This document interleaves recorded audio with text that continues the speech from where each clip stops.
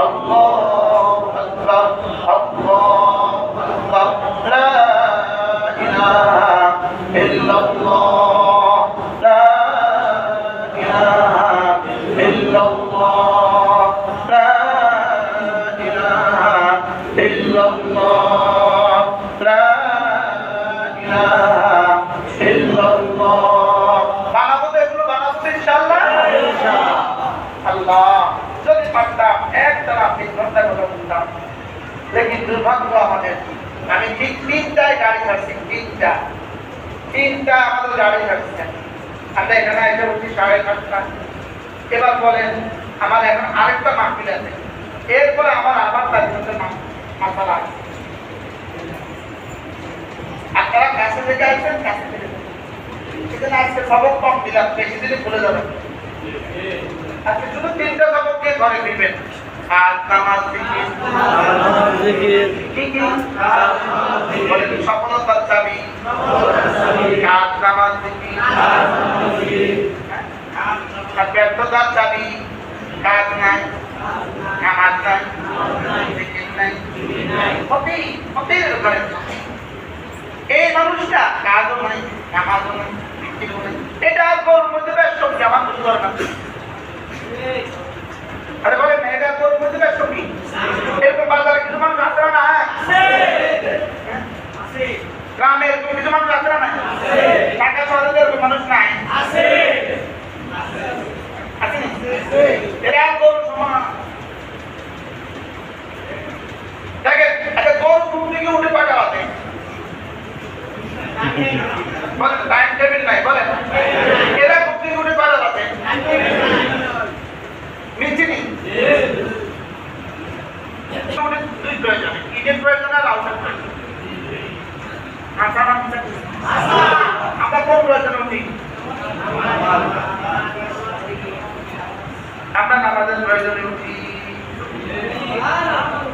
আমাদের উঠাও আবাদত, শোয়াও আবাদত, বাজারে আবাদত, ঘরও আবাদত, আরে পেশাব করতে যাওয়া আবাদত, পাখানা করতে যাওয়া আবাদত। যেমন ধরেন আপনি একটা কাজের ছেলে রাখলেন, রংপুরের ছেলে রাখলেন কাজের, ও আপনার গরু পাবে, ও আপনি যখনই গরুর দিকে তাকান তখনই দেখেন গরুর পেট ভরা, মাশাআল্লাহ গরুর পেট ভরা। ও ছেলের দিকে তাকিয়ে দেখেন ও খেলতেছে, বল খেলতেছে।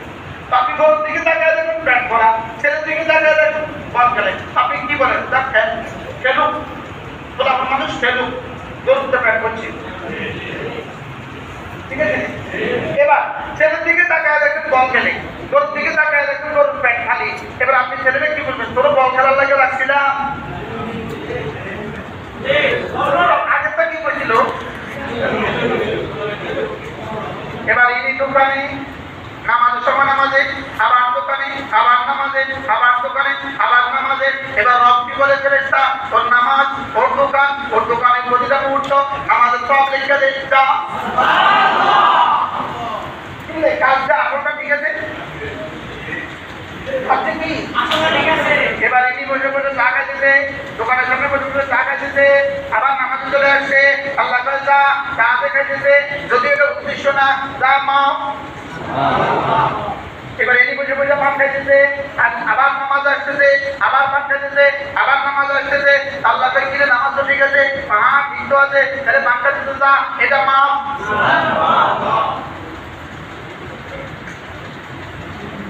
আসলটা ঠিক আছে, বুঝেন নাই কথা? এখন বলুন যে আসলটা ঠিক আছে, গুনাহ করে এবার কথা আরো কত গুনাহ আছে না? শুধু রেখামালি গুনাহ, আরো কত গুনাহ আছে না? ফজর ঠিক, জোহর ঠিক, যা মধ্যখানে যত গুনাহ আছে সব মাফ। এবার জোহর ঠিক, আসর ঠিক, মধ্যখানে যত গুনাহ সব মাফ।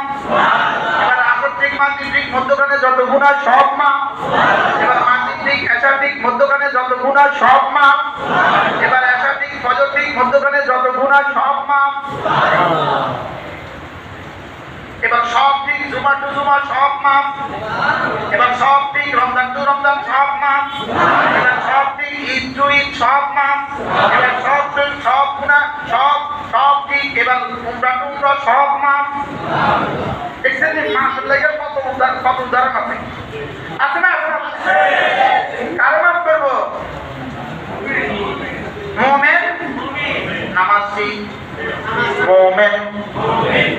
ঠিক, রোজা ঠিক, বলেন নামাজ ঠিক, রোজা ঠিক, যাকাত ঠিক, হজ ঠিক, পর্দা ঠিক, খানা ঠিক,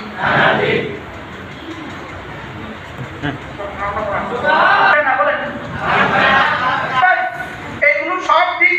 দু চারটা গুনাহ হয়ে গেছে মানুষ হিসাবে,